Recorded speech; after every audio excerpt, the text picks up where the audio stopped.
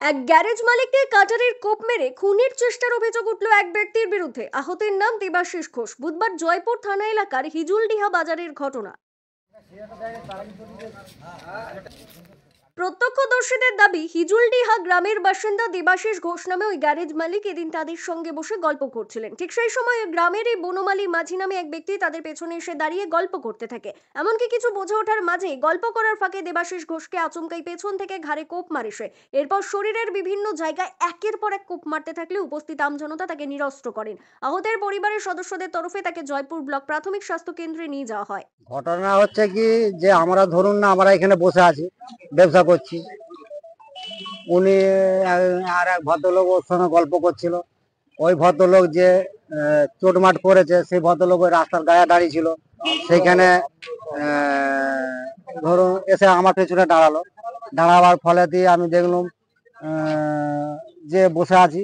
থাকতে থাকতে ও আমাকে জিজ্ঞেস করে যে হ্যাঁ কালকে কোনো কাজ হয়েছে? আমি বলি না।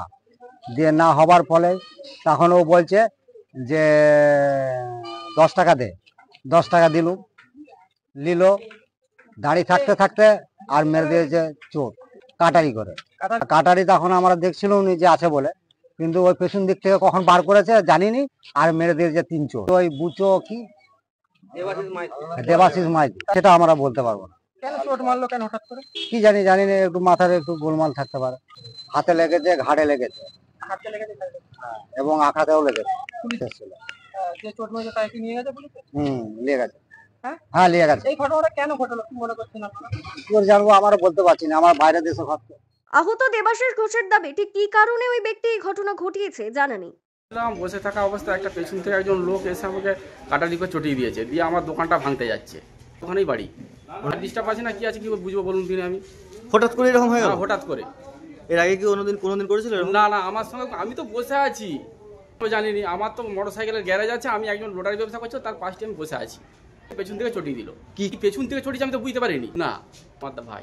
পরে ঘটনাস্থলে পৌঁছে পুলিশ ওই কাটারি সহ অভিযুক্তকে আটক করে থানায় নিয়ে আসে। পুলিশের পক্ষ থেকে অভিযুক্তকে জিজ্ঞাসাবাদের পাশাপাশি ঘটনার তদন্ত চলছে বলে জানানো হয়েছে।